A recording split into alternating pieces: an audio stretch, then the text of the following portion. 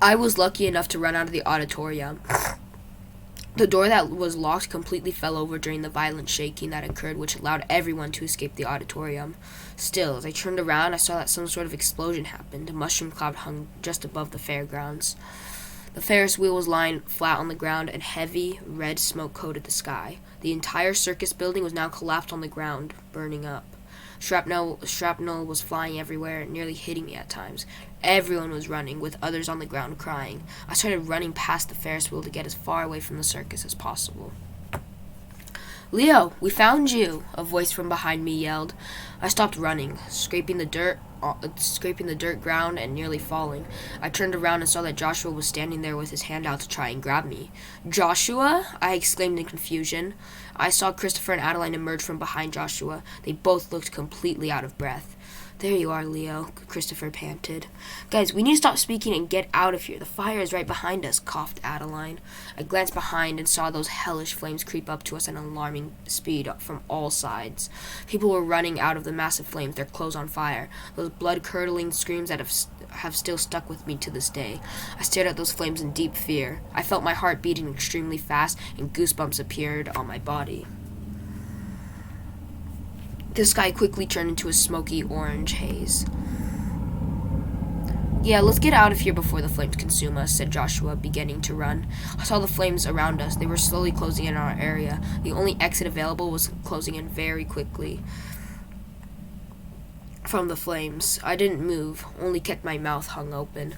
"Adeline, you have to go without us," yelled Christopher from behind. Adeline was closest to the exit. We didn't have enough time to escape the flames. "Chris, it's fine. I'm not the most important here. You, Joshua, and Leo can go without me," said Adeline, waiting at the flames. "What?" exclaimed Christopher. Adeline continued waiting at the flames, standing there doing nothing. "It's fine. I can die here if it helps you guys live on longer than me," she said, beginning to cry. I coughed, breathing in the smoke. Adeline was tearing up in a sudden emotional state. "There's no point in saving me. I'm going to die in the future," cried Adeline. The time to escape was coming to a close, and rather quickly. Either we took Adeline with us, or we left someone. We couldn't get all of us out in time. I could feel the heat of the flames brush over me as a lone gust of wind hit my face. "We're going to take everyone with us," said Joshua. "The Ferris wheel left some cabins that are above the fire. We can climb on them to get out." Adeline and Christopher both ran out of the exit after Joshua finished speaking, now closed off from the flames the moment they disappeared through the heavy smoke. "Guess it's just the both of us," I mumbled. I was confused at how Christopher and Adeline beelined through the exit right after Joshua finished speaking, but there was no time to think about that. "They were fake friends to begin with. Let 'em be," said Joshua, looking down at the course floor. "Now, jump up to that seat and help me up." Joshua pointed to a massive cabin that belonged to the Ferris wheel. I ran up to it, climbed on, and then helped Joshua up. The flames were nearly up to us. We couldn't loiter here for much longer. "Where do we go now?" I asked. "To the one over there," replied Joshua, pointing to another cabin. That was a far jump, but the fire wasn't as potent over here. Only a few embers in the ground, so if I fell, it wouldn't be the worst thing. I mustered up all the courage in my body before I committed to a massive jump. I nearly fell onto the ground, but managed to grab a bar on the cabin door. Tightly, I grabbed the cabin door and pulled myself up. Reaching my hand outwards, I aided Joshua and pulled him to the cabin. I could see the end of this fiery wasteland in sight, but there were no other cabins. The difference with this cabin was that it was connected to the main wheel of the Ferris wheel. "What do we do now?" I asked Joshua. "We have to jump onto the steel frame of the Ferris wheel," replied Joshua. I saw the steel frame he was talking about. Parts of it were broken or covered in flames. "Guess it's our only way to survive," I said, landing a foot on the steel frame. As I put my foot on it, the whole frame tilted over to my side, making a very loud creak. I ignored it and put my other foot on it. Carefully, I walked onto the steel frame to the other side of it. So far, so good. I turned around and saw Joshua balancing on the frame, walking close to me. "Is this it?" I asked, yelling. Joshua nodded. "Go ahead of me. I'll make it out shortly," he said. I walked as fast as I could to where the flames ended. Hopping off of the steel frame, I sighed. I couldn't believe I survived something like that. I watched Joshua make his way over to where I was. "Leo, we finally made it out," said Joshua, running from one end of the steel frame to the other extremely quickly. He jumped down and gave me a hug. This gave me a sense of relief and hope. Hope that we'll overcome this like we overcame the first ordeal back in April.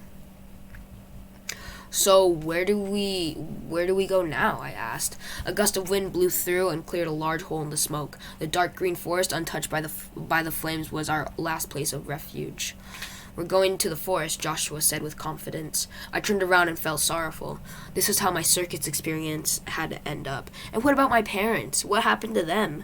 I didn't bring my phone, so I couldn't text anyone or call for help. Joshua started running towards the direction of the forest. I followed behind. We were fortunate enough to get to the forest unscathed. My heart was racing with immense speed. I was grateful that Joshua and I could make it out of that with no physical harm. That green forest being the only hopeful backdrop in the fiery smoke was absolutely terrifying. By the time I passed the first tree of the forest, I stopped running and looked back at the fair. It was like night and day. A dark cloud of smoke with fire covered what was once the fair, and a green forest with a somewhat blue sky lay where I and Joshua was. We didn't have much time to wait next to these trees. The fire was creeping closer and closer to where we were, and once the fire reached the forest, it would disappear in an instant. Where do you think Adeline and Christopher ran off to? I asked, sitting down at a tree for some rest, heavily breathing. Joshua sat down next to me. Forget about them. They left us to nearly die. Who cares where they went? Said Joshua in an upset tone. Right then, I mumbled. Did you bring any water? I'm thirsty. Joshua shook his head briefly. A light breeze caressed my face. I could feel the heat of the fire back at the fair, and that was a warning signal to get up and continue running. We have to get back to running, Josh, I said, standing up and stretching. Joshua slowly got up. Yes, you're right, but we need to find other people before we become two hopeless people in the middle of an empty forest, replied Joshua. He paused for a couple seconds before continuing to speak, hesitation in his voice now. But whatever. It's not like anyone is going to find us if we keep talking, so let's get going, he murmured, finishing his talk. Joshua sprinted off into the forest. I looked back one more time before running deeper into the forest. The underbrush got super thick, so trying not to trip was somewhat of a challenge. I felt like everyone had left either deeper into the forest or ran off somewhere else.